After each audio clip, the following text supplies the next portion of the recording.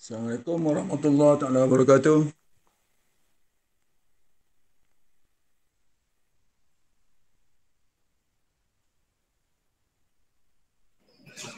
Waalaikumsalam warahmatullahi wabarakatuh. Okey, boleh dengar ya? Boleh Ustaz, insyaAllah.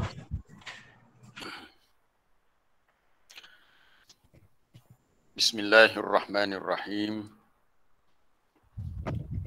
Alhamdulillahi rabbil alamin. Salatu wa salaman ala Rasulillah wa ala alihi wa sahbihi ajma'in. Subhanak la ilma lana illa ma 'allamtana innaka antal alimul hakim. Wa tub 'alaina innaka antat tawwabur rahim. Rabbi shrah li sadri wa yassir li amri wahlul 'uqdatam min lisani yafqahu qawli. Allahumma 'allimna ma yanfa'una wa zidna 'ilma warzuqna fahma, amma ba'd. Para jemaah muslimin muslimat, para pendengar penonton di mana sahaja berada, alhamdulillah hari ini hari Sabtu 5 Muharram 1443 Hijriah bersamaan 14 Ogos 2021 Masihi. Jadi kita masih lagi dalam surah Al-Haqqah. Surah Al-Haqqah. Jadi sebelum kita sambung, sedikit kita ambil sedikit sepotong daripada hadis Nabi SAW untuk kita mulakan, iaitu hadis yang berbunyi la tahqiranna minal ma'rufi syai'an walau an talqa akhaka biwajhin talq. Hadis yang sahih. Janganlah kamu memandang rendah, meremehkan sesuatu ma'ruf, perkara yang baik, sekalipun ia dalam bentuk kamu bertemu dengan saudara kamu menunjukkan wajah yang ceria. Maknanya Nabi minta kita jangan mudah menganggap kecil, remeh sesuatu kebaikan, sama ada yang kita buat ataupun orang lain buat, kerana setiap kebaikan tu ada ganjarannya dan ada kesan baiknya. Walaupun kebaikan tu semudah jumpa orang pun kita senyum, itu pun dikira kebaikan. Ataupun setakat tazkirah ringkas, beri nasihat mungkin 5 minit je. Kata 5 minit boleh gapo dia, tapi mungkin dalam 5 minit tu ada perkara yang boleh diambil. Jadi apa-apa kebaikan jangan kita pandang ihtikar, hina, pandang rendah. Mungkin pada kebaikan itu ada manfaat untuk kita. Baik. Jadi kita nak sambung untuk ayat berikutnya hari ini, tu ayat 38 insya-Allah sampai ayat 43 hari ini. A'udzu billahi minasyaitonir rajim. Fala uqsimu bima tubsirun wa ma la tubsirun. Innahu laqawlu rasulin karim wa ma huwa biqawli syair qalilan ma tu'minun wa la biqawli kahin qalilan ma tadhakkarun. Tanzilun min rabbil alamin. Fala uqsimu bima tubsirun, maka aku bersumpah dengan apa yang kamu lihat dan apa yang kamu tidak lihat. Allah Ta'ala menyatakan dia bersumpah dengan apa sahaja makhluk-makhluk yang kita boleh lihat, kita manusia boleh lihat, dan juga makhluk yang kita tidak dapat melihatnya, yang gaib, yang tersembunyi. Tujuan apa Allah Ta'ala bersumpah? Untuk menyatakan bahawasanya Quran itu adalah benar-benar wahyu daripada Allah yang diturunkan kepada Rasulnya yang mulia. Sesungguhnya Quran itu adalah laqawlu, kata-kata, yakni wahyu yang diberikan kepada Rasulnya yang mulia itu Nabi SAW. Jadi ceritanya ayat ini tentang Quran. Allah Ta'ala bersumpah nak menyatakan Quran itu benar-benar daripadanya. Wa ma huwa biqauli syair, dan bukanlah Quran itu perkataan dari seorang penyair di zaman Arab Jahiliyah masyhur dengan ramainya syu'ara al-jahili, penyair-penyair di zaman jahiliyah. Penyair ini orang yang pandai menyusun bahasa-bahasa yang indah, bahasa-bahasa yang puitis. Qalilan ma tu'minun, sangat sedikit di antara kamu yang beriman. Wala biqauli kahin, dan bukan pula Quran itu perkataan daripada kahin. Kahin, tukang tenung nasib, orang yang boleh meramalkan nasib ataupun boleh mengetahui sesuatu yang akan berlaku pada masa depan. Itu kahin, jamaknya kuhan. Qalilan ma tadhakkarun, amat sedikit di antara kamu yang mengambil pelajaran daripadanya. Tanzilun mir rabbil alamin, sesungguhnya Quran itu diturunkan daripada Tuhan semesta alam, itu daripada Allah Subhanahu wa taala. Baik, dalam Tafsirul Munir, Dr. Wahbah Suhaili meletakkan ayat ini di bawah tajuk Ta'zimul Quran. Perlunya kita mengagungkan Quran, ataupun sudah sabitlah keagungan Quran, dan bahawa sabitlah turunnya dengan wahyu melalui Jibril. Nanti kita akan lihat perbandingan ayat ini dengan ayat-ayat dalam surah At-Takwir. Baik.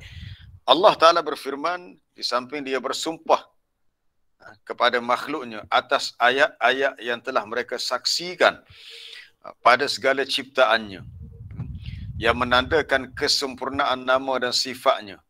Begitu juga dengan segala perkara yang gaib yang mereka tidak dapat saksikan. Baik, ayat Allah ni ada dua, iaitu ayat yang kita panggil ayat Quran ni dipanggil ayat yang makru'ah, ayat yang dibaca. Kemudian alam semesta yang kita dapat saksikan, iaitu dipanggil ayat yang manzurah. Adapun tentang alam gaib, alam jin, alam malaikat yang kita tidak dapat saksikan, tetapi kita meyakininya, beriman dengannya sebab kita baca dalam Quran, dan ayat-ayat Quran itu menjadi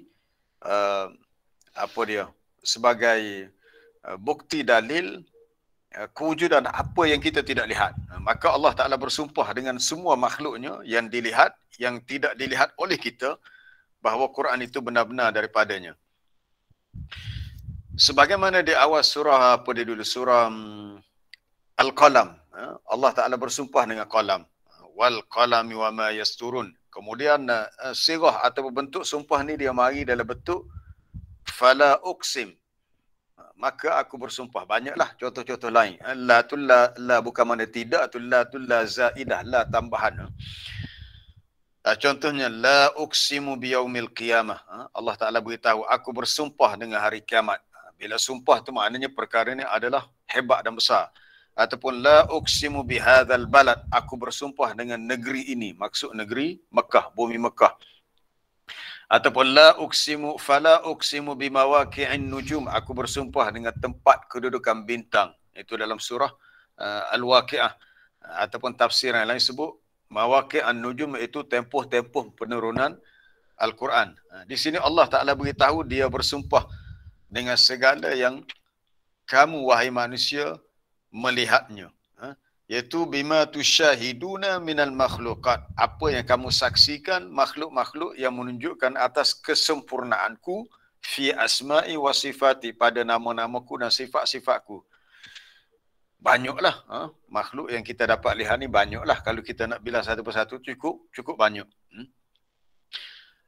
Kemudian wama la tubsirun, Allah Taala juga bersumpah dengan apa yang tidak dilihat oleh manusia. Tidak dilihat bima ghaba ankum minal maghibat, apa-apa yang gaib daripada segala perkara yang gaib. Gaib merujuk kepada apa yang kita tidak boleh kesan dengan hiwas, dengan kita punya panca indera. Kita nak lihat tak nampak, kita nak dengar tak boleh, kita nak sentuh pun tak boleh. Kita tahu di sekeliling kita ada makhluk lain seperti jin, syaitan. Kita nak pegang dia pun tak boleh. Sebab dia makhluk yang gaib. Maka Allah Ta'ala beritahu, uqsimu bil asya' kulliha. Aku bersumpah dengan semua benda-benda itu. Ma yubsaru minha wa ma la yubsar. Apa yang dilihat, apa yang tak dilihat.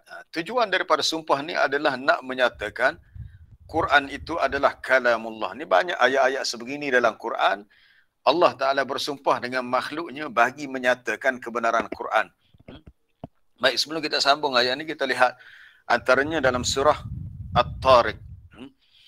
Allah Ta'ala bersumpah antaranya was-sama idzatir raja wal ardi dzatis sada innahu laqaulun fasl. Dalam surah At-Tariq, itu surah dalam juzuk Amma. Demi langit, Allah Ta'ala bersumpah, demi langit yang mempunyai ar-raji, hujan. Sebab hujan turun daripada awan di langit. Wal ardi dzatis sad'i, dan bumi yang mempunyai sifat terbelah.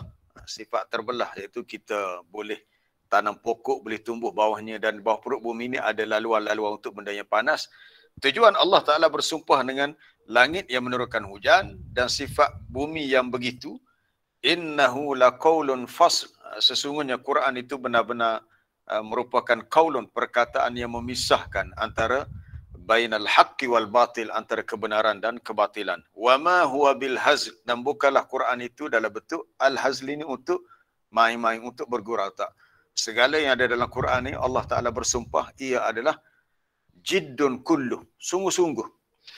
Maksud sungguh-sungguh ialah sesuatu yang serius. Apa-apa yang Allah Ta'ala beritahu dalam Quran, walaupun akal manusia tidak mampu untuk menjangkaunya. Sama ada perkara yang telah berlaku, yang akan berlaku di alam akhirat nanti, maka ia adalah sesuatu yang sungguh-sungguh, bukannya yang main-main ataupun untuk gurau senda.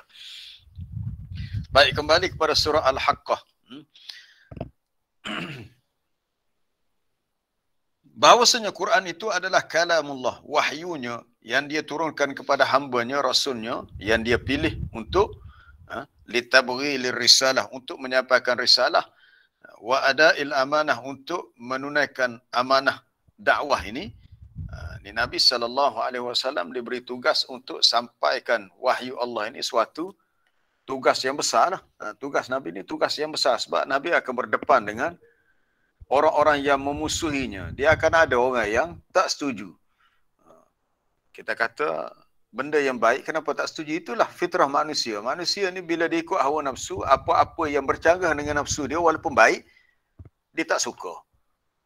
Walaupun apa yang Nabi bawa itu adalah suatu kebaikan untuk mereka, sebab wahyu daripada Allah ni adalah untuk menghidupkan dalaman batin kita, ruh kita, jiwa dalaman kita. Sebagaimana Allah Ta'ala beritahu di akhir surah Asy-Syura. Kalau kita rujuk dalam surah Asy-Syura,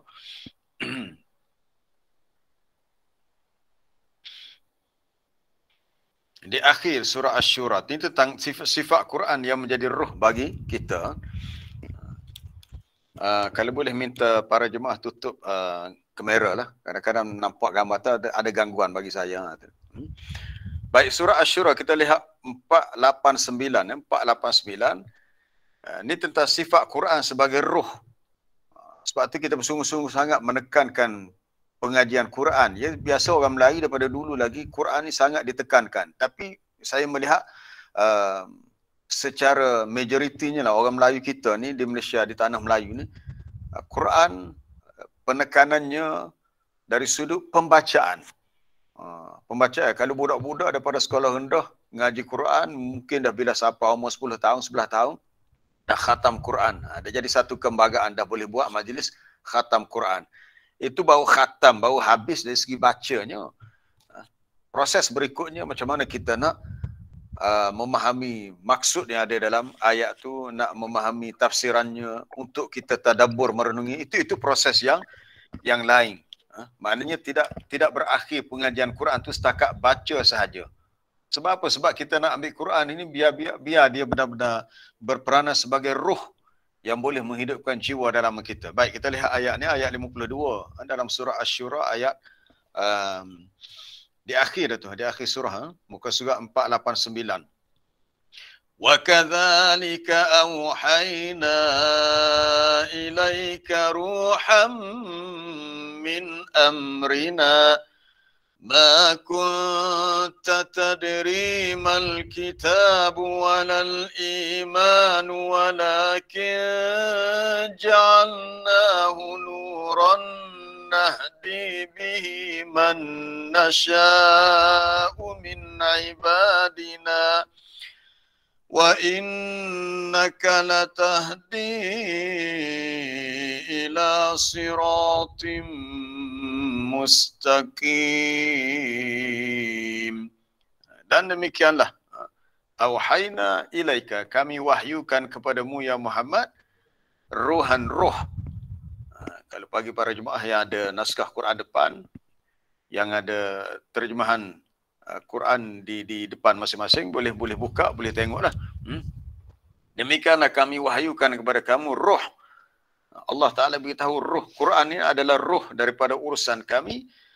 Tidaklah engkau ya Muhammad mengetahui apa itu kitab, apa itu Quran. Nabi asal pun tak tahu. Walal iman. Nabi pun tak tahu apa itu iman. Dengan sebab ruh daripada wahyu itu, ja'alna hunuran, kami jadikan ia sebagai nur, cahaya. Cahaya bukan untuk mata kepala manusia, tapi ini untuk pandangan hati manusia. Sebab itu bila Allah Ta'ala beritahu dalam ayat tadi, aku bersumpah dengan apa yang kamu lihat. Cuba kita rujuk balik ayat dalam surah Al-Haqqah. Sebelum kita habiskan ayat surah Asy-Syura ni. Tubsirun. Kenapa Allah Ta'ala tidak sebut fala uqsimu bima tanzurun, yang kamu pandang, atau bima tarawna, yang kamu lihat. Bahasa Arab ni dia luas, dia punya vocabulary, bahasa Inggeris kata vocabulary, bahasa Melayu kata kosa kata. Bahasa Arab adalah satu bahasa yang kaya dengan kosa kata. Untuk perkara yang sama, kadang-kadang dia mari dengan 3, 4 atau lebih perkataan. Kadang-kadang dengan perkataan yang sama dia boleh membawa kepada banyak maksud. Kadang-kadang maksud yang sama tapi lain perkataan. Di sini kalimah yang digunakan bima tubsirun, bukannya bima tanzurun.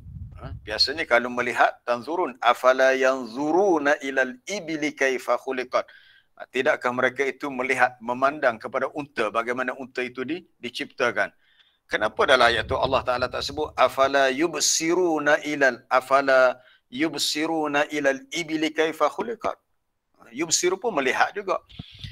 Yubsirun, tubsirun, melihat ni lebih kepada melihat dengan mata hati. Basirah, sesuatu yang bila dilihat bukan setakat lihat dengan mata kepala, tetapi melihat dengan dalaman. Maknanya melihat yang ada maksud, boleh merenungi, boleh menghayati dan boleh berfikir. Aku bersumpah dengan apa yang kamu lihat, apa yang kita lihat, yang kita boleh fikir, yang kita boleh rasai. Baik. Untuk kita habiskan ayat di akhir surah Asy-Syura tadi, Allah Ta'ala beritahu Quran ini kami jadikan sebagai nuran, cahaya yang kami beri petunjuk dengannya sesiapa yang kami kehendaki dari kalangan hamba-hamba kami. Dan sesungguhnya engkau ya Muhammad benar-benar memberi petunjuk kepada jalan yang lurus. Maksud petunjuk di sini hidayah at-taujih wal irsyad. Memberi hidayah dalam bentuk Nabi membawa tunjuk ajar, memberi bimbingan, memberi panduan. Adapun hidayah dalam bentuk taufik, itu urusan Allah satu persatu. Tugas Nabi menyampaikan ajaran agama, ilmu wahyu ini adalah dalam bentuk hidayatut taujih wal irsyad. Yang kita boleh ambil daripada ayat ini ialah Quran adalah suatu roh bagi dalaman kita. Jasad kita ni tak boleh hidup kalau tak ada roh. Kita sebut nyawa, bahasa Melayu sebut nyawa. Kita nak menjaga nyawa kita. Nyawa ni kalau tak ada nyawa, tak adalah roh. Apa di jasad kita matilah. Sebenarnya bagi batin kita, jantung hati kita pun dia perlukan roh, dan roh itu adalah inilah ayat-ayat Allah. Sebab tu kita memulakan hari kita setiap pagi dengan kita mengambil beberapa ayat Quran untuk kita baca. Sebenarnya kita sedang memberi makanan untuk roh kita. Selepas ni, sebelum kita pergi untuk mencari sedikit sarapan pagi untuk keperluan perut kita. Perut kita pun perlu diisi juga untuk jasad tubuh badan kita. Dan roh kita pun begitu juga perlukan kepada makanan. Ada dalam satu hadis Nabi sebut Al-Quran ma'dubatullah. Quran ini adalah hidangan daripada Allah. Bukan hidangan untuk perut manusia tapi untuk jiwa dalaman manusia. Jadi orang yang tak ada Quran, yang tak belajar Quran, yang tak baca Quran, seumpama orang yang seperti jiwa dalamannya sudah mati kerana tak ada roh. Itulah yang Nabi sebut, allazi laisa fi jawfihi syai'un minal Quran kal baitil kharib. Orang yang tak ada langsung dalam jiwanya, dalam jantung hatinya Quran, seperti rumah yang telah runtuh. Kal baitil kharib, rumah yang telah musnah. Maknanya kita kena berusaha untuk belajar Quran, sama ada belajar untuk baca, belajar untuk kita faham apa di sebaliknya. Sebab Quran tujuan diturunkan adalah untuk memberi peringatan kepada manusia, zikrun ataupun tazkirah. Jangan pula kita larikan peranan Quran. Tiba-tiba Quran hanya diambil ayat-ayat tertentu untuk dibuat jampi-jampi, untuk buat ruqyah, untuk bagi sembuhan penyakit. Tak salah itu, tapi itu bukan tujuan utama. Tujuan utama adalah Tabarakallazi nazzala al-furqana ala 'abdihi liyakuna lil 'alamina nazira. Ayat pertama dalam surah Al-Furqan. Maha suci Allah yang telah menurunkan Al-Furqan, ini Al-Quran, kepada hamba-Nya itu Nabi Muhammad sallallahu alaihi wasallam, supaya Quran itu menjadi nazira, peringatan untuk seluruh alam, untuk manusia dan juga jin. Jadi sejauh mana Quran itu dapat mengingatkan kita, menjadi tazkirah bagi kita, itu perlu dilihat kepada bagaimana interaksi kita dengan Quran, keintiman kita dengan Quran, hubungan kita dengan Quran. Saya teringat masa saya belajar di Madinah, ada seorang tuan syekh guru kita, orang masih muda tapi sangat alim, Syekh Muhammad ibn Muhammad Al-Mukhtar Asy-Syanqiti. Ada satu ceramah dia tentang haluna ma'al Quran, keadaan kita dengan Quran. Mana dia mahu supaya kita fikir sejauh mana akrabnya kita, rapatnya kita dengan Quran dalam kehidupan seharian kita. Sebab setiap hari kita solat. Bila kita solat, tak dapat tidak kita kena baca Quran. Paling kurang pun kita kena baca surah Al-Fatihah yang merupakan rukun dalam solat. Bahkan Allah Ta'ala menyebut rapatnya hubungan solat dengan Quran. Antaranya para jemaah boleh rujuk dalam ayat surah Al-Ankabut ayat 45 muka surat 401. Utlu ma uhiya ilaika minal kitabi wa aqimis salah. Bacalah apa yang diwahyukan kepadamu daripada kitab ini. Itu Allah Ta'ala perintahkan Nabi supaya baca Al-Quran. Bacalah apa yang diwahyukan daripada kitab Al-Quran ini. Kemudian wa aqimis salah, dan dirikanlah salat. Pertamanya disuruh baca Quran, kemudian diperintahkan untuk mendirikan salat. Innas salata tanha 'anil fahsya'i wal munkar. Sesungguhnya salat itu mencegah daripada perbuatan yang keji dan mungkar, daripada segala keburukan. Wala zikrullahi akbar, dan mengingati Allah itulah yang lebih utama, lebih besar. Maksud zikrullah di sini salat itulah. Salat ni adalah tujuannya untuk ingat kepada Allah. Jadi dalam ayat ni dua perkara yang Allah Ta'ala sebut, perintah untuk baca Quran. Secara khusus perintah ni kepada Nabi, khitabnya. Sebab ayat tu datang dengan khitab dalam bentuk mufrad. Utluma, mana ikra. Bacalah ya Muhammad apa yang diwahyukan daripada kitab Al-Quran. Wa aqimis salah. Allah Ta'ala tak sebut wa aqimus salah sebab khitabnya kepada Nabi secara khusus. Jadi kalau secara khusus Nabi disuruh baca Quran, disuruh solat, maka mimbabi aula, lebih-lebih lagi kita sebagai umatnya perlu melaksanakan dua perintah ni. Tilawatul Quran dan juga iqamatus salah. Baca Quran dan mendirikan solat. Supaya kehidupan kita ni stabil. Ada urusan kita dengan manusia, dan yang lebih utama kita menjaga urusan kita dengan Allah. Urusan kita dengan Allah dalam urusan kita kata solat, baca Quran, zikir kita. Apabila kita menjaga hubungan dengan Allah, maka insya-Allah menjadi elok dan luruslah hubungan kita dengan manusia dalam soal urusan kehidupan. Baik, para jemaah yang dirahmati Allah. Kemudian kita lihat ayat berikutnya. Innahu laqawlu rasulin, belum lagi. Ya, yang 40. Innahu laqaulu rasulin karim. Sesungguhnya Quran itu adalah qaul, kata-kata yang disampaikan oleh Rasul yang mulia. Maksud Rasul yang merujuk kepada Nabi sallallahu alaihi wasallam, dan berbeza sedikit dengan ayat yang sama. Kalau kita lihat dalam surah At-Takwir. Surah At-Takwir ini salah satu surah dalam juzuk Amma, muka surat 586. Muka surat 586, surah At-Takwir.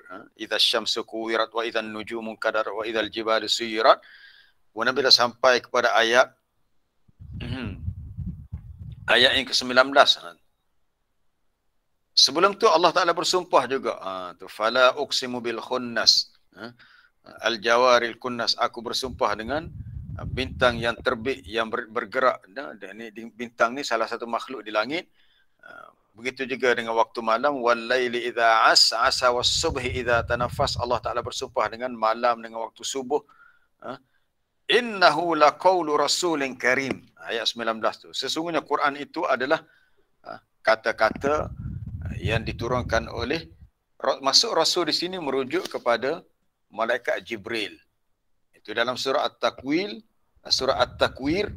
Rasulin merujuk kepada malaikat Jibril alaihissalam. Adapun dalam surah Al-Haqqah ayat 40, Rasulin karim merujuk kepada Nabi sallallahu alaihi wasallam.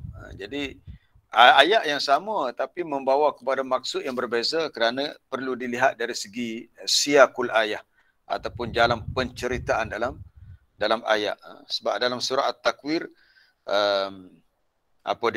dalam ayat selepasnya,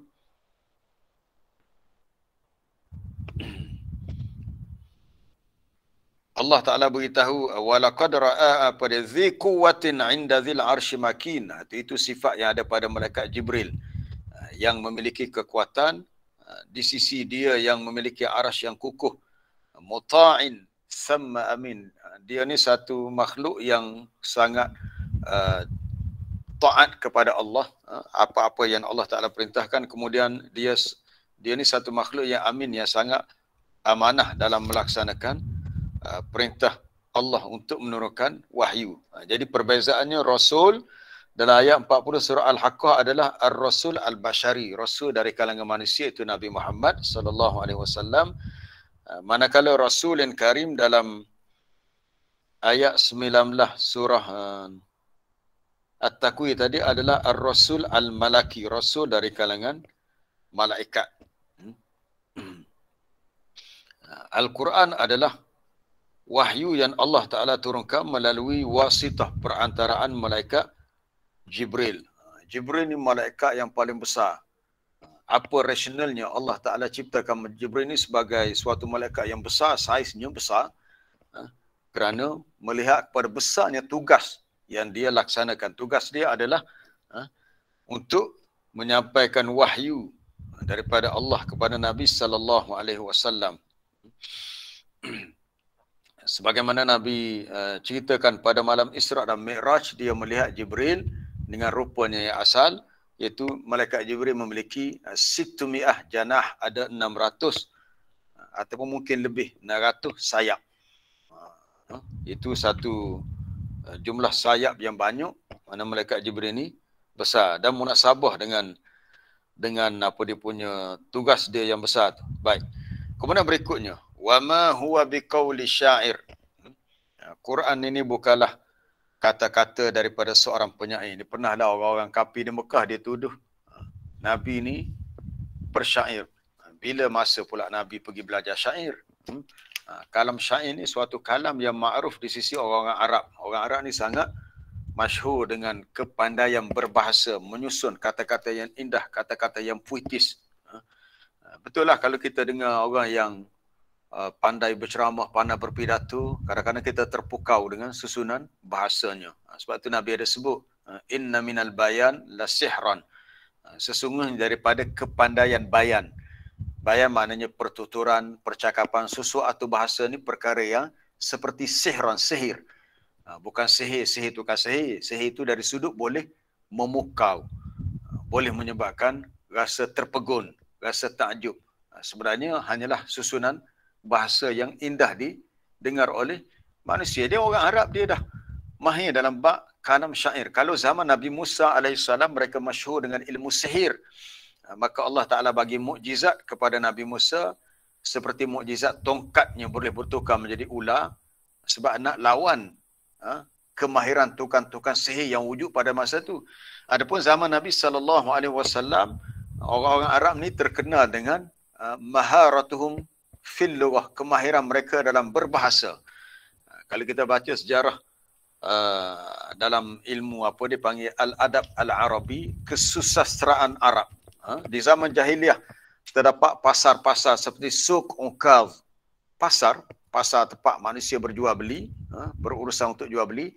Di situ mereka ada sediakan satu pentas, ada satu kawasan sudut yang khusus untuk syu'ara al-jahili, untuk penyair-penyair ini melantunkan kalam-kalam syair mereka. Ingatlah sama sekolah dulu nama-nama seperti An-Nabirah, Amra'ul Qais, apa lagi saya pun lupa dah lama sebab kita pun tidak terlibat dengan subjek itu. Dia menggambarkan macam-macam lah. Mikarrin, mifarrin, muqbilin, mudbirin. Unta itu lari ke sana, ke sini, ke depan, ke belakang. Maknanya kalam syair ini sangat masyhur dalam kalangan orang-orang Arab. Bahkan para ulama sendiri pun bahkan mereka menyusun dalam bait-bait yang sangat indah. Antara yang sangat mahir dalam ilmu syair seperti Al-Imam Syafi'i rahimahullah. Dia ada kalam-kalam syair dia. Kalau zaman Nabi seperti apa dia, contohnya Abdullah bin Rawahah, antara sahabat yang pandai bersyair, menyusun kalam-kalam syair yang indah, tapi dengan maksud untuk dakwah lah. Jadi bila Al-Quran diturunkan, lalu orang kafir Mekah tuduh Nabi ni syair, seorang penyair. Jadi syair bahasa Arab dia tak sama dengan syair bahasa Melayu. Syair bahasa Melayu lebih kepada ada alunan melodi dia. Maka tersebutlah suatu kisah. Itu irama syair orang Melayu. Dia tak sama dengan syair orang Arab. Dia ada cara baca bait-bait dia tu. Maka Allah Ta'ala beritahu, laisal Quran biqaulin syair. Quran bukanlah kata-kata seorang penyair sebagaimana yang kamu sangkakan. Lianna Muhammad sallallahu alaihi wasallam laisa bisyair. Muhammad itu bukan seorang penyair. Mana mungkin dia menjadi seorang penyair sedangkan dia adalah an-nabiyil ummi, seorang nabi yang ummi. Kita pun faham ummi ni maknanya la yaqra'u wa la yaktub. Dia tak boleh membaca, tak boleh menulis. Dan ayat Quran laisat min asnaf asy-syair. Quran itu bukanlah termasuk dalam kategori kalam syair, dan perkara ini ditegaskan oleh Allah dalam beberapa ayat, antaranya dalam surah Yasin, wa ma 'allamnahu asy-syi'ra ma yanbaghilah. Wa ma 'allamnahu asy-syi'ra ma yanbaghilah. Tidaklah kami mengajar kepada Muhammad itu kalam syair, dan tidaklah patut untuk dia berbuat begitu. Orang Arab dia sebenarnya bila dia dengar Quran, dia tahu ini bukan kalam syair, ini bukan kalam nasar. Kalau kita ini bukan sajak, ini bukan puisi, ini bukan pantun. Dalam bahasa Arab pun dia ada dia punya kategori-kategori kedudukan susunan bahasa yang boleh kita pelajari dalam ilmu ilmu bayan, ma'ani dan badik, itu dalam ilmu balaghah. Kalau bunyi akhir sama itu as-saj'u. Bahasa Melayu sebut pantun. Bunyi sama, dia punya akhirnya. Kalau tuan-tuan baca dalam surah Maryam, bunyi akhir dia sama. Zikru rahmati rabbika 'abdahu Zakaria idh nada rabbahu nidaan khafiyya. Ya, semua berakhir dengan ya. Qala rabbi inni wahana al-'azmu minni washta'ala ar-ra'su shayban wa lam akun bidu'aika rabbi syaqiyya. Ya juga. Wa inni khiftul mawaliya min wara'i wa kanat imra'ati 'aqiran fahab li min ladunka waliya. Jadi semua ayat tu berakhir dengan bunyi yang sama. Ya. Dia kalam syair dia payah dia nak buat macam ni. Kalau buat pun dia tak akan jadi seindah Quran, sebab Quran dia adalah i'jaz, dia ada sifat kemukjizatan yang menyebabkan manusia menjadi lemah. Mereka dengar bahasa Quran pun mereka rasa tercengang ataupun rasa terkejut dengan susunan bahasa yang indah. Allah Ta'ala mencabar manusia. Kalau kamu menuduh Nabi Muhammad yang reka ciptakan Quran, maka cubalah kamu datangkan satu surah yang sama dengan Quran. Sama dari sudut isinya, sama dari sudut susunan bahasanya, sama dari sudut balaghahnya. Maka tunggulah ayat di antaranya dalam dalam surah Al-Baqarah tu, wa in kuntum fi raibim mimma nazzalna ala abdina fa'tu bi suratin min mislih. Boleh rujuk dalam surah Al-Baqarah ayat 23 tu. Jika kamu wahai manusia merasa ragu-ragu dengan Quran yang kami turunkan kepada hamba kami, maka datangkanlah, buatlah satu surah sepertinya. Mana ada manusia boleh buat? Nak susun, nak buat satu ayat yang pendek pun tak boleh. Sebab ini sifat ijaz, sifat yang boleh melemahkan manusia. Allah Ta'ala cabar lagi. Wada'u syuhada'akum. Kamu panggillah segala syuhada, saksi. Maksud saksi ini penyokong-penyokong, pembantu-pembantu kamu. Kalau ada yang boleh bantu, boleh tolong, maka buatlah satu tim. Mereka buat satu tim, mana satu kumpulan bermesyuarat untuk reka cipta ayat-ayat yang seindah Quran ataupun hebat daripada Quran. Maka Allah Ta'ala cabar mereka. Fa'in lam taf'alu, jika kamu tak dapat lakukan, walan taf'alu, dan kamu sekali-kali sampai bila-bila pun tak akan dapat buat begitu. Maka fattakun narallati waquduhan nasu wal hijarah. Maka takutlah kamu kepada azab neraka yang bahan bakarnya adalah manusia dan batu. Itu kalau kamu tak nak beriman dengan Quran, yang kamu tuduh ia adalah rekaan Nabi, dan kamu tuduh Nabi ini penyair, kamu kena ingat, tindakan kamu yang kufur dan ingkar itu menyebabkan kamu dihumban ke dalam neraka yang mana isinya adalah manusia dan batu-batu yang merupakan patung berhala yang disembah oleh manusia. Kemudian dalam surah Al-Isra,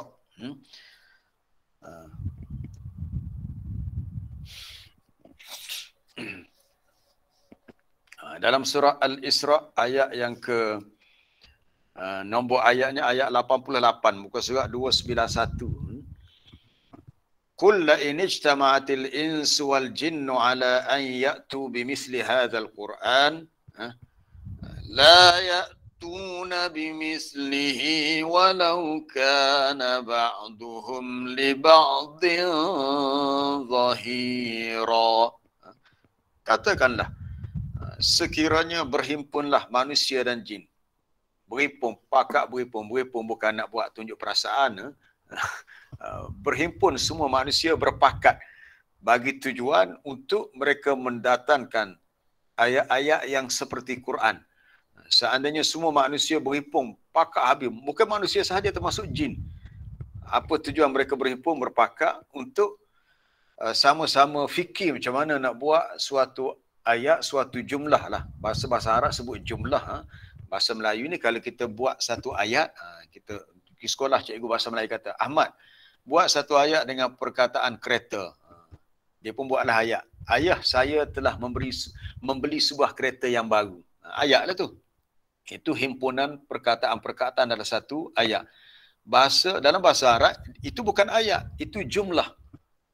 Kalau budak-budak belajar bahasa Arab, dia kata, cikgu dia kata, guru dia kata, kawin jumlatan mufidah min hadhil kalimah. Bentukkan satu jumlah, satu ayat yang lengkap daripada perkataan ni. Jadi dalam bahasa Arab buat ayat tu jumlah. Tapi bila disebut ayat, ayat merujuk kepada ayat Al-Quran.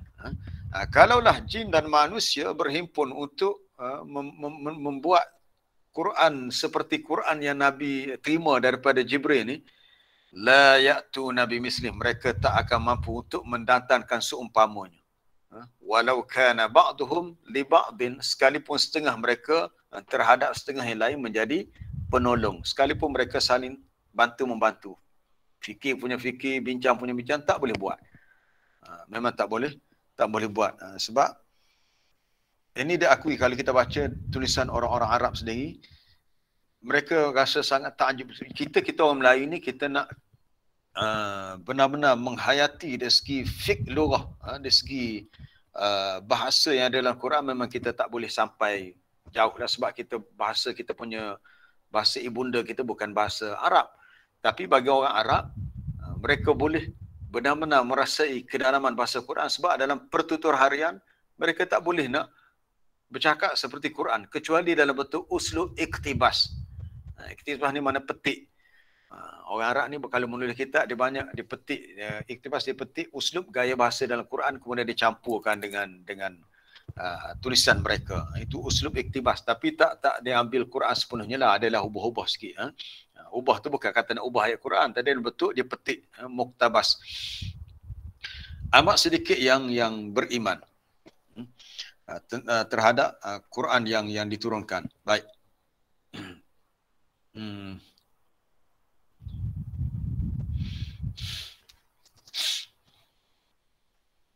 Adapun disebut sedikit sini wal qillatu ala zahiriha. Qillah sedikit ni berdasarkan kepada zahirnya yang beriman dengan Al-Quran. Padahal pada sudut yang lain mereka ini mengakui. Idza su'ilu, apabila ditanya kepada mereka, man khalaqakum, siapa yang ciptakan kamu? Maka orang-orang kafir di Mekah berkata, Allah. Yang ciptakan kami Allah. Tapi bila Nabi bawa Quran, tidak pula mereka nak beriman. Kecuali sedikit sahaja yang beriman.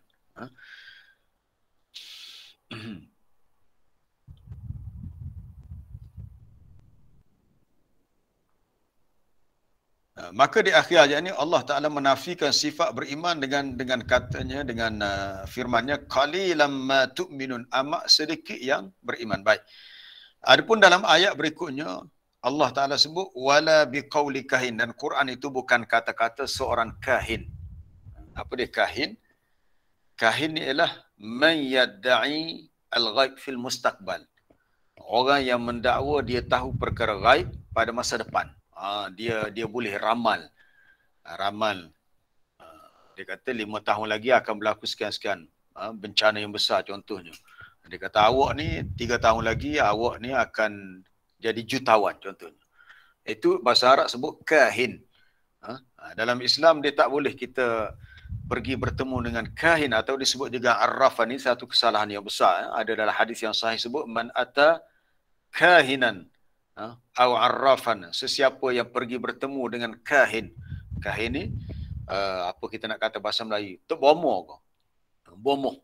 Bomoh ni banyak kategori ya. Kalau bomoh untuk rawat orang sakit biasa okeylah, tak apalah. Ni jadi bomoh yang dia boleh, dia mendakwa dia tahu perkara gaib. Contohnya orang pergi jumpa dia. Dia kata, saya ni dah kehilangan motosikal semalam. Tolong tengok kan hilang duduk mana. Tak apalah, Tok Bomoh kata tak apa, saya telah kelih-kelih tengok dulu. Dia kata ada, basikal awak ada hujung kampung tu. Belum jauh lagi. Orangnya curi tu belum jual lagi. Orang manusia yang sebenarnya dia tak tahu perkara gaib. Tapi zaman jahiliah ada satu golongan manusia yang disebut kahin. Dia mendakwa dia tahu perkara gaib dan dia mengaku dia boleh meramal masa depan dan tahu apa yang fil mustaqbal. Dalam Islam ni tak boleh. Sesuatu yang dikira salah. Adapun Quran itu dia bukan sesuatu yang sama dengan kata-kata seorang kahin. Baik. Tapi kalau kita bincang bab kahin ni dah masuk isu akidah. Bila Nabi larang, Nabi kata tak boleh kamu bertemu dengan kahin atau arrafan. Kalau bertemu lalu tiba-tiba fasaddaqahu bima yaqulu, kamu membenarkan kata-kata dia, faqad kafara bima unzila ala Muhammad. Makna kamu, orang yang berbuat begitu telah dianggap kufur dengan Quran yang diturunkan kepada Nabi sallallahu alaihi wasallam. Dalam hadis yang lain pula Nabi sebut sesiapa yang pergi jumpa kahin, orang yang dakwa dia tahu perkara gaib, yang boleh meramal sesuatu, yang boleh buat ramalan-ramalan ni tanpa, ialah andaian dia lah, atas andaian dia. Sebenarnya orang yang buat ramalan ni dia ada hubungan dengan jin. Masalah dengan jin pula. Jin ni ada benda hak dia buat betul, ada hak salah, tapi banyak salah lah. Maka sesiapa yang berbuat begitu, ada hadis lain sebut lam tuqbal lahu salatun arba'ina yauman, tak diterima salatnya 40 hari. 40 hari. Tapi orang Melayu macam itulah. Zaman-zaman dulu ni benda-benda macam ni cukup cukup masyhur. Ni kadang-kadang kita sedih juga. Orang-orang kita, dia kata tak apa ustaz, saya pergi jumpa tu ada ustaz tu orang alim warak, dia tu buat sembahyang hajat. Hari tu saya lebar remah, gelar jatuh tak tahu duk mana, cari tak jumpa. Tapi dengan sebab sembahyang hajat dia tu kelih tengok, tengok macam mana tak tahulah. Saya jumpa dia kata, betul dia royak. Maka bagi orang yang bagi respon macam ni, saya menjawab, Allah Ta'ala dah beritahu dalam Quran, dalam banyak ayat Quran, perkara gaib hanya Allah yang tahu.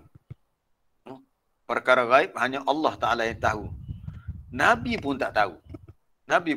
Qul la aqulu lakum indi khasainullah wa la a'lamul ghaib. Katakanlah ya Muhammad, segala khazanah perbendaraan kekayaan yang ada di langit dan bumi itu adalah milik Allah dan aku tidak tahu perkara gaib. Nabi disuruh beritahu manusia wala a'lamul ghaib. Wahai manusia, aku tak tahu perkara gaib. Qul, katakanlah, la ya'lamu man fis samawati wal ardil ghaiba illa Allah wa ma yash'uruna ayyana yub'atsun. Itu dalam surah An-Naml. Katakanlah, tidak ada sesiapa pun yang di langit yang di bumi tahu perkara yang gaib melainkan Allah. Tiba-tiba ada orang yang mendakwa dia tahu perkara gaib, dia boleh membuat ramalan begitu dan begini, maka kita mengatakan ini adalah salah. Dia siap sesuatu tu dia kena ada nas, ada dalil yang jelas. Ni banyak dalam kepercayaan orang Melayu ni. Timbul sehari dua ni. Kalau sambut tahun baru hijrah hari Selasa akan jadi sekian. Siapa beritahu? Kita tanya balik, siapa beritahu? Kalau ada dalam kitab sekian tu, kitab tu adakah disandarkan fakta tu kepada qala Allah, qala Rasulullah? Kita jangan jadikan agama Islam ni sebagai suatu barang mainan yang orang tu boleh kata begitu dan begini. Tak boleh. Sebab tu kata seorang tokoh tabi'in yang terkenal, Abdullah ibn al-Mubarak. Abdullah ibn Mubarak, kata-kata dia diriwayatkan Imam Muslim dalam Muqaddimah Sahih Muslim. Apa kata dia? Dia kata al-isnad minad din. Laula al-isnadu laqala man syaa ma syaa ataupun ala ma syaa. Urusan sanad itu, sanad periwayatan itu termasuk urusan agama. Kalau tanpa sanad, nescaya seseorang tu boleh berkata apa sahaja yang nak katakan. Orang Kelantan kata, kecek ikut sedap mulut. Bobe. Apa sandarannya? Apa rujukannya? Apa referensinya? Apa evidence-nya? No, tak ada. Bila tak ada, kita kata di situ tidak ada qimatul ilmu, nilai ilmu pada fakta yang tak ada sandaran dalilnya. Dia mendakwa, buat benda ni kalau sekian hari sekian jatuh sekian, jadi macam ni. Ada setengah tu buat andaian. Kalau perkahwinan ni dilakukan akad nikahnya pada hari sekian bulan sekian, akan timbul kesialan begini. Kita kata fakta tu anda ambil di mana? Adakah itu daripada agama Allah ataupun reka cipta kita sendiri? Kita tidak boleh mendakwa berlakunya kesialan, kemudaratan, kecelakaan. Sebab itu adalah urusan Allah. Wa iyyamsaskallahu bidurrin fala kashifa lahu illahu. Jika Allah Ta'ala nak merasakan kepada kamu dengan kemudaratan, maka tak ada siapa yang dapat melepaskannya kecuali Allah. Dan tak boleh kita nak nisbahkan kemudaratan itu kepada makhluk. Hari kah? Binatang kah? Jin kah? Ini dah masuk isu akidah sebenarnya. Sebab di zaman jahiliah dia ada satu kepercayaan yang berhubung dengan kesialan, tasya'um. Orang Arab jahiliah kalau keluar daripada rumah, itu kita dah bincang dah berhubung dengan cerita burung gitu dalam surah Al-Mulk gitu. Awalam yarau ila at-tayri fawqahum. Orang Arab ni bila keluar daripada rumah ataupun dia ada pelihara burung, kalau burung yang dia lihat terbang tu terbang sebelah kiri, dia kata ini petanda yang tak baik. Tak boleh tubik ni ada benda tak baik berlaku. Kalau orang Melayu apa dia? Tubik rumah jalan-jalan nampak bewak melintah. Bahasa Kelantan kata bewak melintah, ada biawak melintah depan kita. Kita tengah bawa kereta, tak boleh pergi ni. Kalau pergi ni nahas ni berlaku perkata tak baik ni. Sebab apa sebabnya? Tadilah aku tengok ada biawak melintas depan aku. La haula wala quwata illa billah. Apa kaitan biawak dengan berlakunya mudarat? Adakah kita ni orang yang tak beriman kepada qada dan qadar Allah? Sehingga kita meletakkan sesuatu makhluk tu ada sebab, kesan ataupun punca kepada berlaku mudarat? Baik, kembali kepada cerita kita. Kalau masuk cerita lain panjang tak habis ayat ni pula. Allah Ta'ala beritahu Quran ni wala biqauli kahin. Dia adalah bukan kata-kata seorang kahin, seorang tukang tilik nasib ataupun orang yang mendakwa tahu perkara gaib. Tetapi amat sedikit di antara kamu yang mengambil peringatan. Qalilan ma tadhakkarun. Perhatikan perbezaan.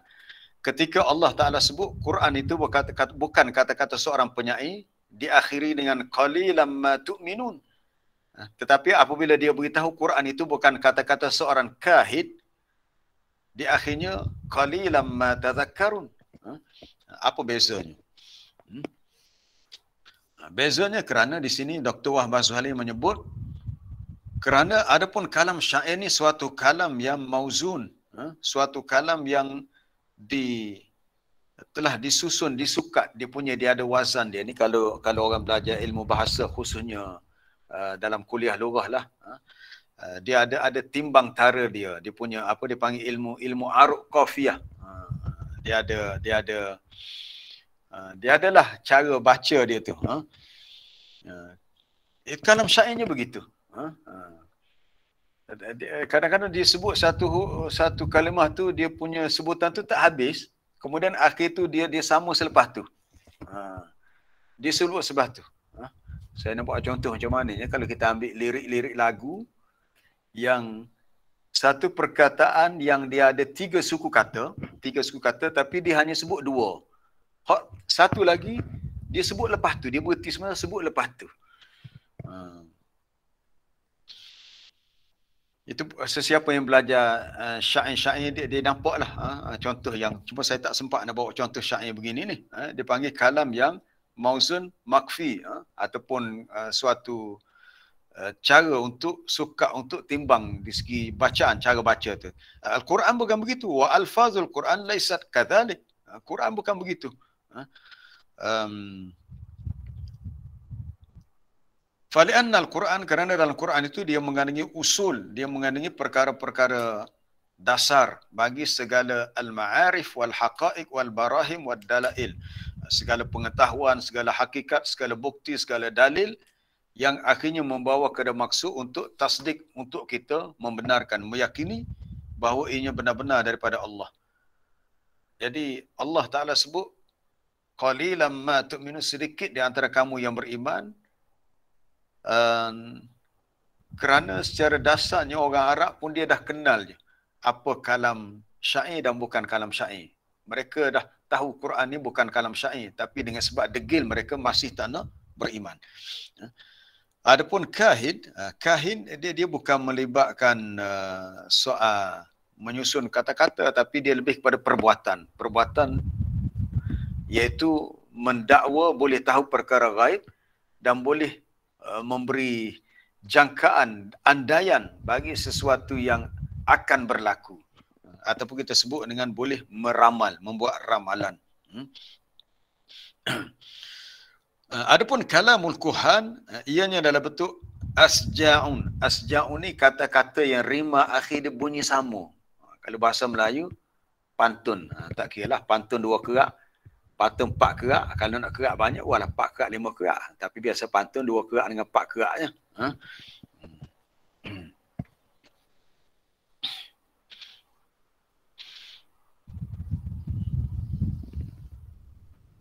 Tanzilum min Rabbil Alamin. Akhir sekali Quran itu diturunkan daripada Allah, Tuhan semesta alam. Baik, sebelum kita berakhir, masih ada sikit lagi. Ada satu hadis yang diriwayatkan oleh Imam Ahmad dalam musnadnya.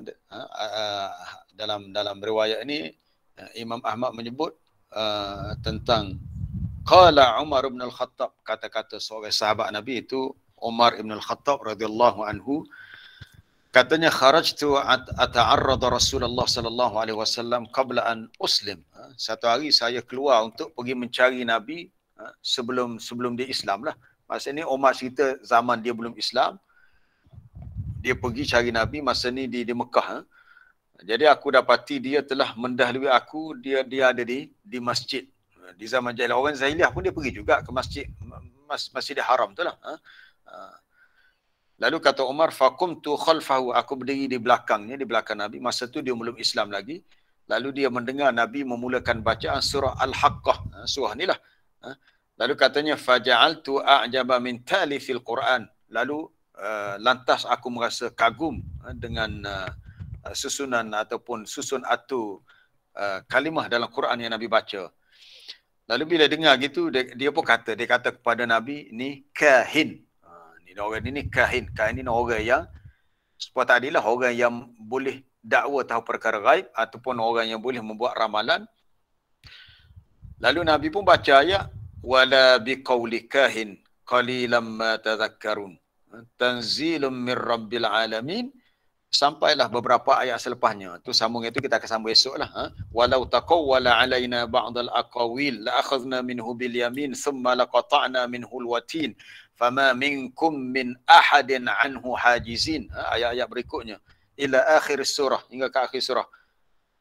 Lalu kata Umar, ni dia cerita pengalaman dia. Fawaqa'al Islam fi qalbi kullu mawqi'. Maka seolah-olah terjatuhlah dalam diriku akan Islam ni sesuatu yang benar. Terasalah kebenarannya. Maknanya dia terasa bahawa apa yang Nabi bacakan itu adalah sesuatu kebenaran yang benar-benar tak dapat ditolak lagi. Kerana dia pun faham kalam syair lain, kalam nasar lain, kalam prosa lain. Kalau nak dikatakan ini dalam bentuk kalam puitis, Quran dia tidak begitu.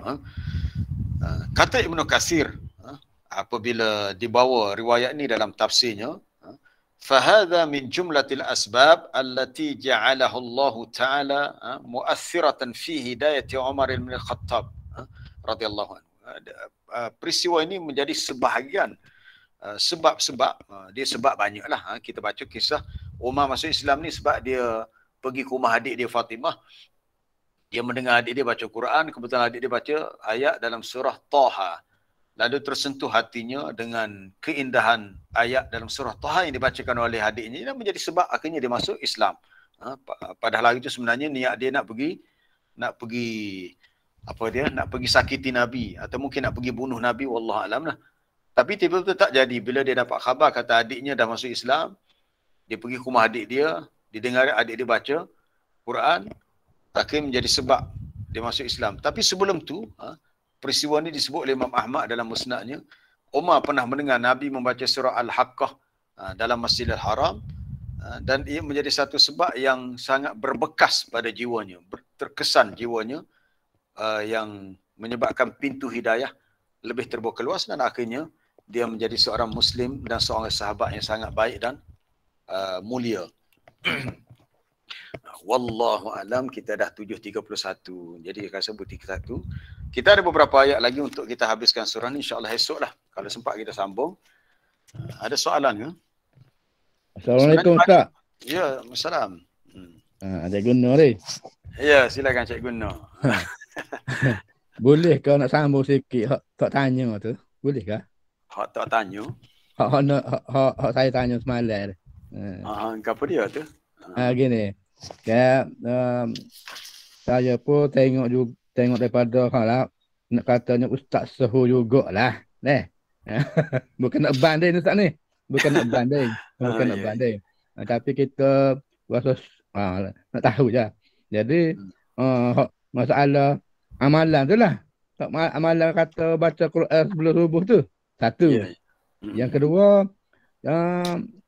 selalunya puak kita ni, antara kita ni kalau baca saja surah Al-Mulk, niat selalu dah. Niat lah macam niat lah. Naknya lepas dah surah kubur. Dua tu Ustaz. Boleh ke? Yang pertama tentang tentang persoalan baca Quran sebelum subuh. Sebab dalam persoalan, saya pun ada terima soalan yang sama daripada orang yang berbeza. Adakah baca Quran selepas subuh menjadi syafaat untuk kita dalam kubur? Setakat pencarian saya lah, tak jumpa satu tu. Cuma hak kita jumpanya adalah kelebihan baca Quran sebelum subuh disaksikan oleh malaikat. Sebab akhir malam ni malaikat banyak. Itu yang kemudian ada satu hadis yang menyebut innallaha yumhil hatta idza dhahaba thulutsal lailil awal nazala ila as-sama'id dunya. Sesungguhnya Allah Taala memberi tangguh untuk dengar akan permintaan hamba-Nya sehingga apabila berlalu 1/3 akhir malam. Akhir malam mana dekat subuh dah lah. Lalu dia turun ke langit dunia. Nabi sebut adalah hadis Sahih Muslim. Turun dengan apa yang layak bagi zatnya. Itu pun ada perbincangan para ulama tentang sifat nuzul. Lalu Allah Ta'ala berkata, hal min mustaghfirin, adakah ada orang yang nak beristighfar? Adakah ada orang yang nak bertaubat? Adakah hal min sa'il, ada siapa-siapa nak minta apa-apa hajatnya? Hal min da'in hatta yang fajiral fajar, adakah sesiapa yang berdoa sehingga munculnya fajar? Ini hadis ni secara umumnya menyebut tentang kelebihan ibadat di akhir malam, berdoa, sama ada beristighfar, baca Quran. Tapi saya tak jumpa dalam matan sebegini dan seumpamanya tentang amalan itu menjadi sebab untuk syafaat dalam kubur. Maksud saya baca Quran sebelum subuh. Tapi baca Quran itu sendiri, amalan yang menjadi sebab kepada kita mendapat syafaat. Khususnya bagi orang yang melazimkan diri dengan Quran. Kan ada dalam hadis yang lain Nabi sebut, Iqra'ul Quran. Kalau tak silap hadis pada Nawas bin Sam'an. Hadis yang sahih. Iqra'ul Quran fa innahu ya'ti yaumal qiyamah syafi'an li ashabi. Bacalah Quran, Nabi kata. Kerana Quran akan datang di hari kiamat sebagai pemberi syafaat kepada tuannya. Nabi tak kata liqari'ihi li ashabi. Mana orang yang sentiasa baca Quran, dia beramal dengan Quran, dia jaga hubungan dengan Quran, sehingga dia layak dipanggil sebagai sahibul Quran, maka Quran tu menjadi syafaat. Hadis tu umum, tak sebut baca Quran tu sebelum subuh ke, lepas subuh ke, tengah hari ke, waktu malam ke. Umum. Jadi bila ada pendapat mengatakan baca Quran secara khusus sebelum subuh menjadi syafaat, maka kita mengatakan perlu kepada suatu dalil yang lebih spesifik. Sebab bila pendapat itu lebih spesifik, maka dalilnya spesifik. Bila dalil itu mari secara umum, maka kita menyebut secara umum. Sebab kaedah usulnya begitu. Bila dalil itu umum, maka dia yufidul umum. Baik, untuk soalan kedua tentang kelebihan baca surah Al-Mulk, surah Tabarak. Ada hadisnya dalam riwayat Tirmizi, Abu Daud. Tapi dalam hadis tu yang saya jumpa disebut ghufira lahu fil Qur'ani suratun. Dalam Quran ada satu surah, Nabi kata salasuna ayat, 30 ayat. Hatta syafa'at li rajulin, sehingga dapat mensyafaatkan seorang lelaki. Adapun dalam lafaz yang lain, sehingga ghufira lahu, diampunkan baginya. Cuma kedudukan hadis itulah ada perbincangan dalam kalangan ulama dari segi kekuatan sanadnya. Ala kulli hal, ya, kesimpulannya kita bersangka baik dengan Allah, walaupun kita tidak tahu secara sarahah, secara jelas adakah itu kelebihan yang kita akan perolehi. Tak apa, kita beramal sebagai suatu cara untuk kita ta'abbud, kita beribadat kepada Allah.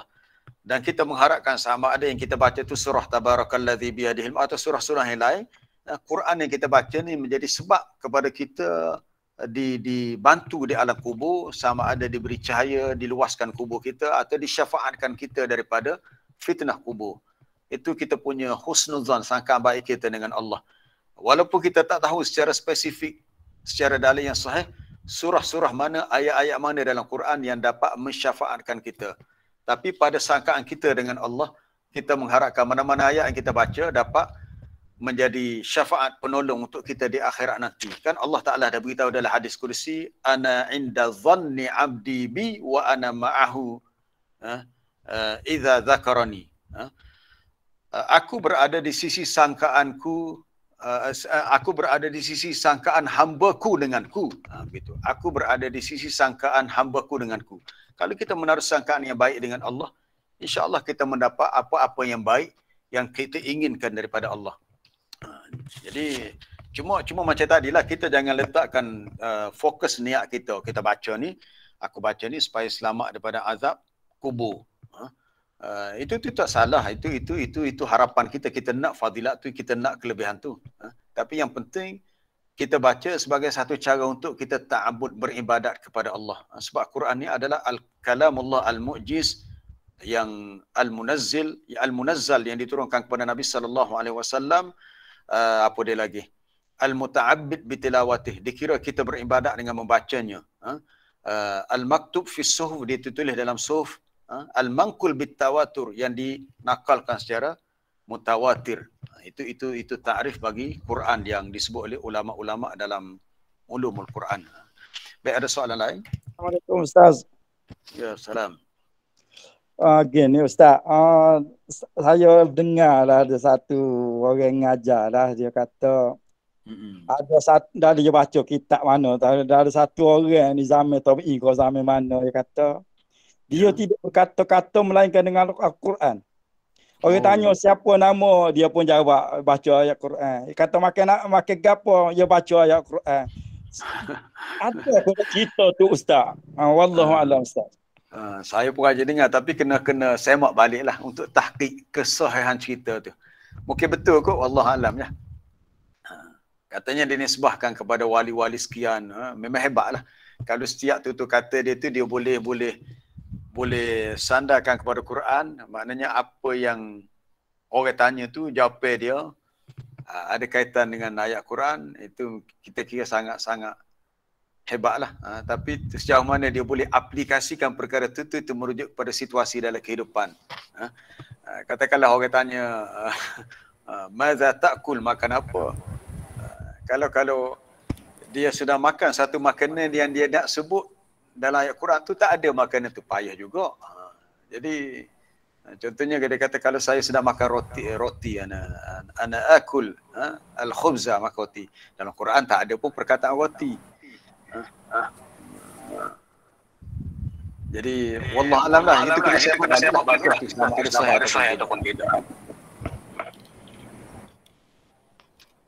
Adakah malaikat Jibril ke wahyu? Apa tu azan tutup mic ya. Ada bunyi melantun. Adakah malaikat Jibril bawa wahyu untuk semua rasul dan nabi atau untuk setahu saya untuk semua nabi rasul lah. Tugas dia begitu. Tugas Jibril adalah menurunkan wahyu. Wahyu Allah untuk para rasul. Sebab Allah Taala memilih dari kalangan malaikat yang menjadi rasulnya, begitu juga Allah Taala memilih dari kalangan manusia menjadi rasul. Rasul ni orang pihak yang diutuskan. Allahu yastafi minal malaikati rusulan wa minan nas rusulan. Allah Taala memilih dari kalangan malaikat jadi utusannya iaitu Jibril. Saya pun tak tahu kalau ada nama malaikat lain yang ditugaskan untuk turun wahyu kepada nabi dan rasul yang terdahulu. Yang kita tahu Jibril je lah. Adakah betul kata surah Taha dapat melubukkan hati? Wallahu alam. Saya tak boleh nak jawab secara tepat. Adakah betul? Adakah surah Taha dapat melubukkan hati terutama anak-anak? Mungkinlah mengambil iktibar daripada kisah Islamnya Sayyidina Umar. Mungkin juga. Tapi wallahu alam secara khusus dalil kita tak jumpa yang mengatakan begitu. Okey, tak ada, itu sahaja soalan bertulis. Assalamualaikum Ustaz. Ada lagi soalan Isa? Saya Ustaz. Ya, Ustazah. Ya. Saya nak tanya pasal, dah segi dulu sikit lah, pasal la tadi Ustaz sebut la uksimu tu la zaidah deh. Ya. La uksimu tadi la zaidah saya sebut dah. La. Perkataan la. Tadi kata la uksimu la zaidah, kalau emarain tu macam ayat faiza nufikha fis sur fala anta babainahum tu la nafiyah al-jinsi ke Ustaz? Itu la nafiyah. Betul dah, la nafiyah. Sudah tak? Ya, betul dah. Itu la nafiyah. Dia penggunaan la zaidah dalam sumpah ni banyak. Macam la uksimu biyaumil qiyamah pun begitu juga. Tapi Syekh Tahir Ibn Ashur tentang kedudukan la dalam kalimah la uksim di sini dia ada penafsiran dia. Saya sempat ambil sikit dia apa dia punya penjelasan dia. Apa dia kata la uksimu sama ada la uksimu fala uksimu bima tubsirun atau la uksimu biyaumil qiyamah fala uksimu bimawaqi'in nujum, itu la uksim. Wa minal mufassirin man ja'ala harf la fi hadzal qasam ibtalan li kalam sabiq. Itu kata Syekh Tahir Ibn Ashur dalam At-Tahrir wa Tanwir. Dia kata di antara ulama tafsir ada yang menjadikan huruf la di sini, la dalam qasam ni sebagai suatu cara untuk mereka membatalkan. Mana dia dari segi takdirnya dia ada jumlah lain. Cuma jumlah lain tu tak disebut. Sebab la tu bagi menyatakan penafian terhadap kalam yang sabit. Cerita hak lepas. Hak lepas tu tak disebut. Dia punya kalam dia mahzuf. Tak disebut. Macam inilah kalau kita baca dalam surah At-Takatsur tu. Alhaakumut takatsur hatta zurtumul maqabir. Kalla sawfa ta'lamun. Summa kalla. La di situ ialah itu bukan fala tapi kalla. Tapi dia adalah penafian kepada apa yang selepasnya. Iaitu janganlah kamu bersikap dilalaikan oleh kehidupan dunia. Jadi la uksim, asalnya la ni nak menyatakan nafi bagi satu jumlah sebelum, tapi jumlah tu jumlah yang mahzufah dan terus kepada uksim. Jadi nisbah kepada jumlah ni dianggap sebagai ziyadah tambahan. Tambahan ni sebagai suatu sambungnya kepada apa yang tak dinyatakan secara kalamnya. Mana secara lafaz tak disebut tapi secara takdirnya ada cerita. Saya pun tak panjangkan sebab ini melibatkan urusan dari segi bahasa. Takut para jemaah kita yang tak belajar bahasa Arab tak faham sangat. Jadi saya tinggalkan perbincangan tadi sebab dah ada soalan daripada Ustazah Syamsiah. Saya sebutlah sedikit tentang apa yang disebut oleh Syekh Tahir Ibn Ashur tadi. Ada soalan lain? Assalamualaikum Ustaz. Ya, Encik Baki. Apa ni? Kita ni sentiasa memahlakan orang lain. Memahala? Memahala? Macam mana memahala? Memberi pahala orang lain lah. Memberi pahala. Ya. Perbuatan kita tu membuatkan orang lain dapat pahala. Contoh, maknanya dia letak makanan kat masjid, maka kita makan makanan tu, orang yang memberi tu mendapat pahala kan? Betul? Adakah kita sama-sama mendapat pahala seperti orang tadi? Itu soalan. Kita macam mana kita tu? Kita ni maknanya kita seolah kita ni memberi pahala sebab kita makan kan. Kita makan apa pemberian dia tu. Itu Ustaz. Yang kedua berkenaan dengan 7 naungan yang dapat 7 golongan di naungan, di pada mahsyar tu, di antaranya memberi sedekah, maknanya tangan kiri tak tahulah macam itulah lebih kurang kan. Ya. Jadi adakah orang sekarang ni maknanya dia beri bantuan sedekah lah, viral di Facebook ke, itu ada termasuk dalam golongan tersebut? Itu maknanya katanya untuk apa maknanya ni kebaikan dia buat tu orang tahu semua. Orang tahu dan juga orang lain juga akan membuat kebaikan seperti dia lah, maknanya seolah motivasi lah. Okey, comel soalan Encik Baki ni comel. Pertama tentang orang buat kebajikan, dia letak makan ni apa, sekarang ni banyak dipanggil apa dia? Food bank apa ke? Bank makanan. Adapun ada kios-kios, ada sudut-sudut tertentu kat masjid, siapa-siapa nak bagi sumbangan letak sini. Siapa-siapa yang memerlukan ambil.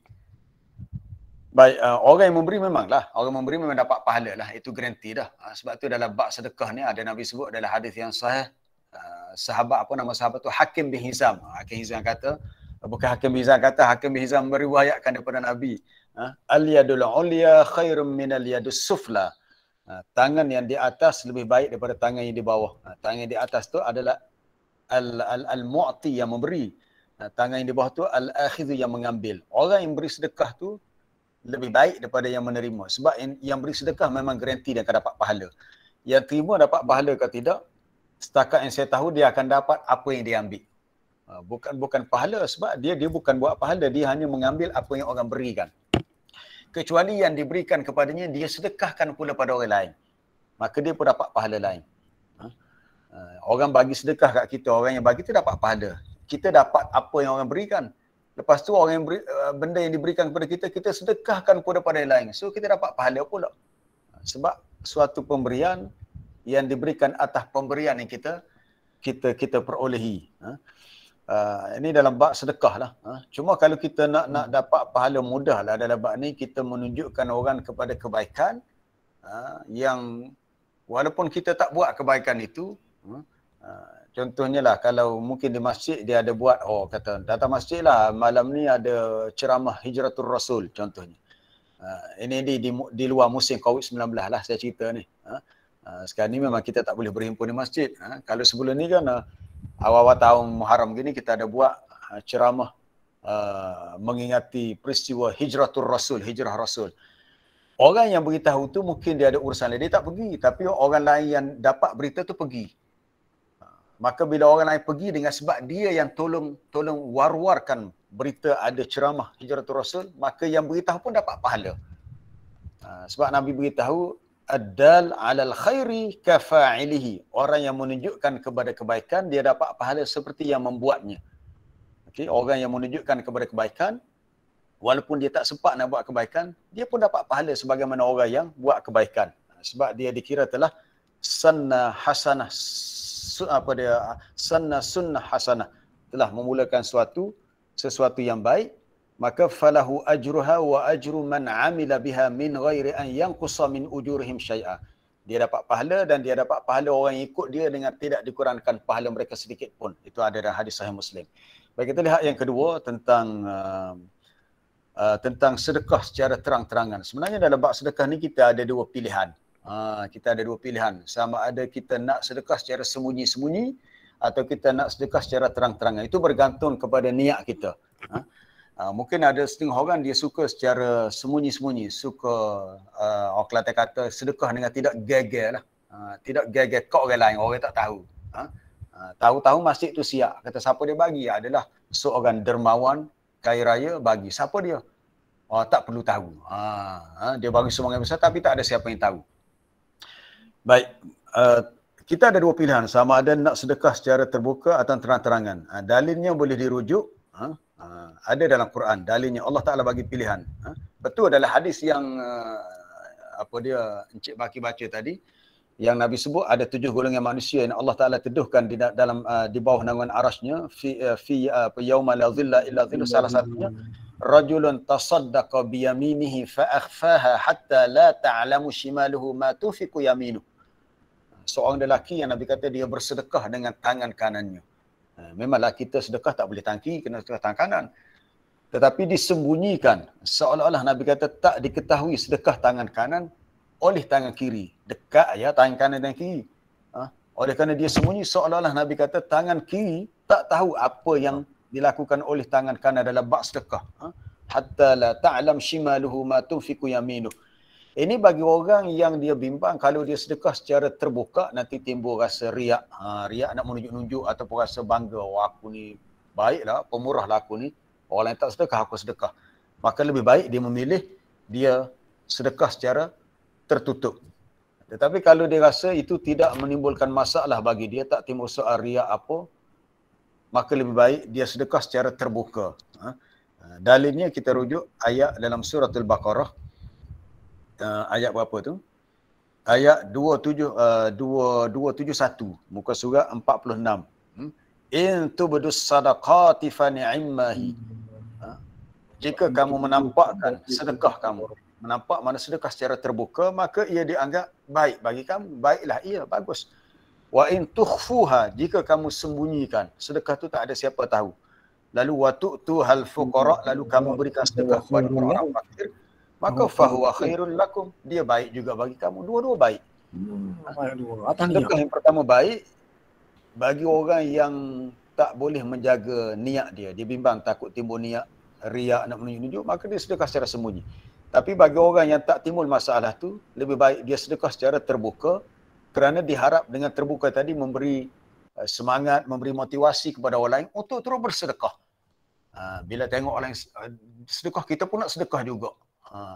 Maka bila orang berikutnya tiru perbuatan sedekah dia, maka orang yang mula-mula melakukannya akan mendapat saham pahala daripada orang yang mengikut jejak langkahnya.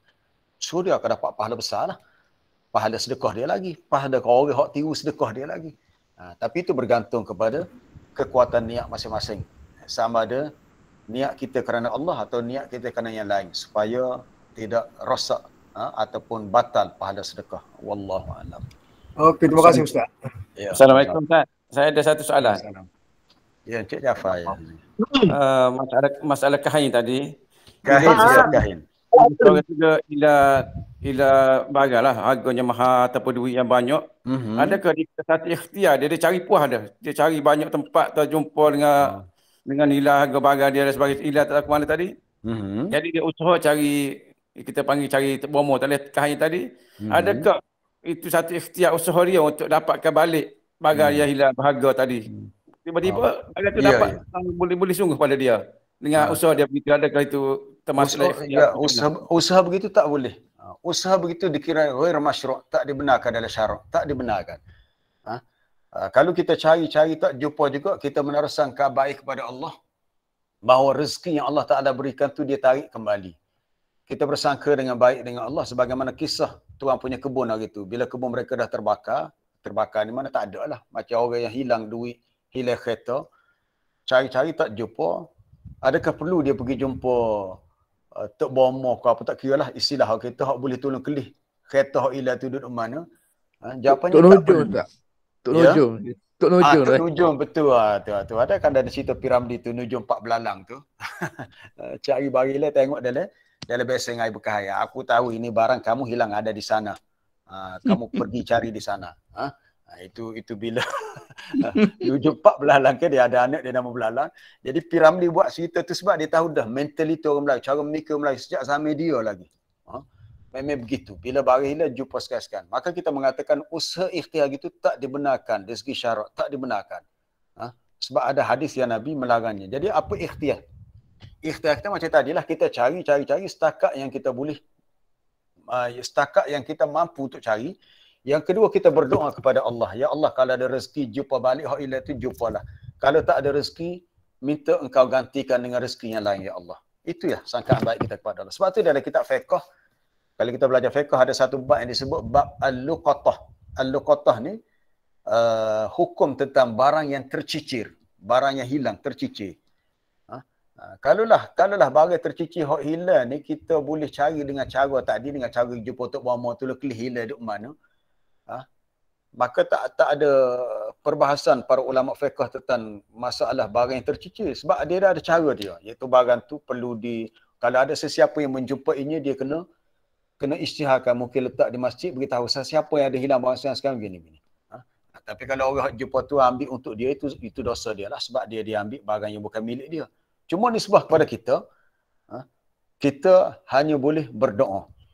Di zaman Nabi SAW berlaku kes-kes macam ni. Kes macam ni contohnya berlaku juga dalam kalangan sahabat. Sayyidina Ali pernah hilang baju besi dia, baju besi dia. Tak ada pula dia pergi jumpa dengan pihak-pihak tertentu kan di Tanah Arak tu masa tu pun ada ramai kuhan kahinan, ada tak ada, sahabat tahu benda tu salah. Akhirnya hilang rupanya baju tu telah dicuri oleh seseorang yang dia jual kepada Yahudi. Akhirnya Sayyidina Ali jumpa balik, tapi Ali tak ada bukti untuk mengatakan baju besi itu milik dia. Akhirnya bila kes tu dibicara di mahkamah, akhirnya si Yahudi yang mengaku baju besi itu milik dia, baju besi ni dulu sahurlah digunakan untuk masa peperangan, baju besi. Akhirnya Yahudi tu kata, betul lah, dia kata baju ni adalah dia beli daripada seorang yang telah mencurinya daripadamu. Akhirnya dia mengaku dan dia masuk Islam. Dia mengaku dia yang bersalah, dia masuk Islam. Maknanya dalam Islam, sesuatu yang bukan milik kita, kalau benda tu dah hilang, kita tidak boleh dakwa kecuali kita ada bukti. Tapi kaedahnya bila hilang, kita tak boleh jumpa. Kalau kita di Kelantan ni, kita dekat dengan Thailand, pergi jumpa Tok Bomo Sian. Tok Bomo Sian supaya dia tolong kelih.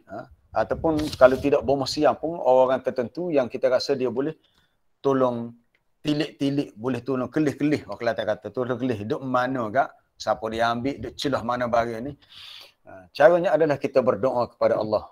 Mungkin ada hikmah Allah Ta'ala tarik balik rezeki tu. Katakanlah jumpalah balik, kita buat cara tu salah tapi jumpa balik. Ini suatu ikhtibar, ujian. Tidak semestinya bila jumpa tu bermakna benda tu Allah Ta'ala redai. Kita kena faham. Bukan bermakna sesuatu yang bila kita buat jadi Allah Ta'ala redai, tidak. Banyak orang buat benda-benda sahih kan, sahih jadi. Sebab jadi ia dengan izin Allah. Sihir ni dia tak akan menimbulkan mudarat. Wa ma hum bidarri nabihi wa ma hum bidarri nabihi illa biiznillah. Sihir ni dia tak akan dapat memudaratkan orang lain kecuali dengan izin Allah. Tapi bila Allah Ta'ala izinkan, bukan bermakna Allah Ta'ala redha. Sama juga orang tu pergi jumpa Bomo Sian, jumpa orang tu, dia kata barang dia hilang. Betul lah dengan izin Allah, betul Tok Bomo tu kata mutu dia ada situ, jumpa. Tapi bila jumpa, dia dapat balik mutu tu, tapi di satu sudut Allah Ta'ala murka kepadanya kerana dia melakukan perkara yang pernah ditegah oleh Nabi SAW, iaitu berjumpa Ityan al-Kahin, mendatangi tukang tilik nasib. Saya ada hal lain. Dia termasuk semaya hajat, minta tolong orang semaya hajat tu diharuskan ke ataupun termasuk tadi juga? Minta kita semaya hajat ataupun minta orang lain semaya hajat. Tujuan semaya hajat apa dia? Kena lihat tujuan dia. Untuk tolong cari barang tadi lah. Untuk jumpa. Ya. Setakat yang saya tahu tak ada dalam mana-mana riwayat pernah berlaku zaman salafus salih, zaman sahabat, mereka buat sembahyang hajat untuk cari barang yang hilang. Setakat saya tahu, kita tak jumpa. Memang sembahyang hajat sendiri itu ada, dalilnya adalah hadis Abu Daud dalam Tirmizi, jelas disebut maja'a fi salatil hajah, hadis daripada Uthman bin Hunayf. Tapi kita kena lihat tujuan sembahyang hajat itu untuk apa. Kalau tujuan itu kita kata, ya Allah, aku sembahyang hajat ni sebab minta sembuh daripada penyakit, contohnya lah, minta supaya diberi kesihatan yang baik ataupun sebagainya lah, hajat-hajat yang kita nak. Tapi kalau khusus untuk sembahyang hajat untuk dapatkan, untuk jumpa barang hilang, wallahualam kita tak tahu waktu tu. Tapi sebenarnya kita boleh berdoa. Sebenarnya tu tujuan sembahyang hajat ni untuk berdoa je. Kita berdoa jika ada kebaikan, barang hilang tu dikembalikan, maka mintalah dikembalikan. Tapi kalaulah lebih baik barang tu hilang, maka kita redha. Maka redha dengan kehilangan itu dikira lebih baik. Sebenarnya dalam hidup kita gitulah. Kadang-kadang kita bila kita berdepan dengan satu ujian, antaranya kehilangan. Saya sendiri pernah 10 tahun lepas, lama dah, keluar masjid, motosikal saya dicuri. Motosikal curi. Kita pun buat report polis gini. Akhirnya tak ada gapo hilai. Tak apa, kita memang mula-mula tu nak marah lah. Kata orang curi ni memang kurang ajar sungguh. Orang mari masjid pun curi motor. Tak? Terpaksa kita minta tolong jemaah lain hantar kita balik ke rumah. Tapi kita menaruhkan baik kepada Allah. Allah Ta'ala bagi rezeki, dia nak tarik balik, mungkin dia nak bagi dengan cara yang lain. Atau dia nak suruh kita berfikir apa kesilapan kita ingin kita diuji begitu. Jadi setiap yang berlaku tu ada hikmah. Jadi kalau kita tak boleh terima peristiwa yang berlaku, contohnya barang yang hilang, apa banyaklah benda-benda hilang. Jadi kita kena muhasabah balik iman kita, keyakinan kita kepada qada dan qadar. Cuma ikhtiarnya, saya beritahu tadi, kita boleh berdoa, minta kepada Allah supaya apa yang berlaku ni memberikan kebaikan untuk kita. Tapi kalau kita nak guna cara yang tidak dibenarkan oleh syarak, itu tak boleh lah. Jadi minta maaf lah, dah lebih masa kita ni, dah pukul 8 dah. Subhanakallah bihamdika asyhadu an la ilaha illa anta astaghfiruka wa atubu ilaik. Wa sallallahu wasallam ala nabiyyina Muhammad wa ala alihi wa sahbihi walhamdulillahi rabbil alamin. Assalamualaikum warahmatullahi wabarakatuh. Waalaikumsalam.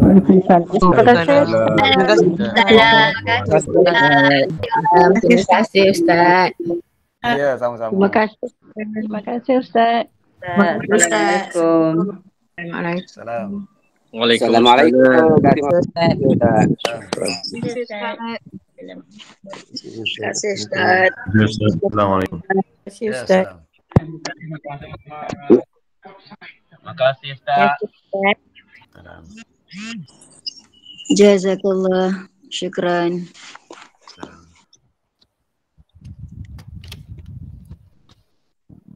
Terima kasih Ustaz. Assalamualaikum warahmatullahi wabarakatuh. Ya, salam.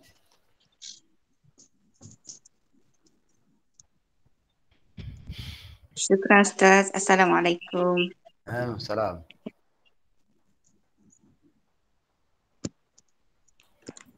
Terima kasih Ustaz. Assalamualaikum. Salam.